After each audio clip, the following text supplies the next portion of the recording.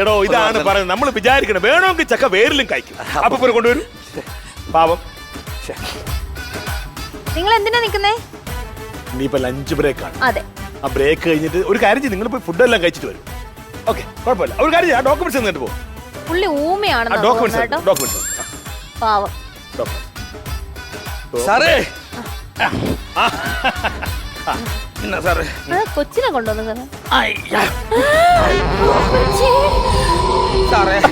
ഈ തമ്പെടുത്ത് വെച്ച് എവിടാന്ന് വെച്ചാ കുത്തിയിട്ട് എന്താണ് കാണിക്കുന്നത്? ആ വസ്തു ഒന്ന് ശരിയാക്കി താ സാറാ പ്രമാണം. അപ്പൂപ്പ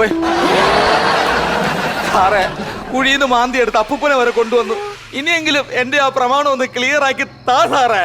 പക്ഷെ ഒരു പ്രശ്നമുണ്ടല്ലോ പുഷ്പ. ഇനിയും ഇത് പുഷ്പന്റെ അപ്പൂപ്പനാണ് എന്ന് തെളിയിക്കാനുള്ള എന്തെങ്കിലും ഒരു സർട്ടിഫിക്കറ്റ് ഉണ്ടോ? എന്റെ പൊന്ന് സാറേ, സാറൊരു ഉപകാരം ചെയ്യാവോ? ഈ അപ്പൂപ്പനെ കുഴിച്ചെടുത്ത കുഴി അവിടെ കിടപ്പുണ്ട്. ആ കുഴിയിൽ ഈ അപ്പൂപ്പനെ എന്നെ ഇട്ടൊന്ന് മൂടിത്തരാവോ?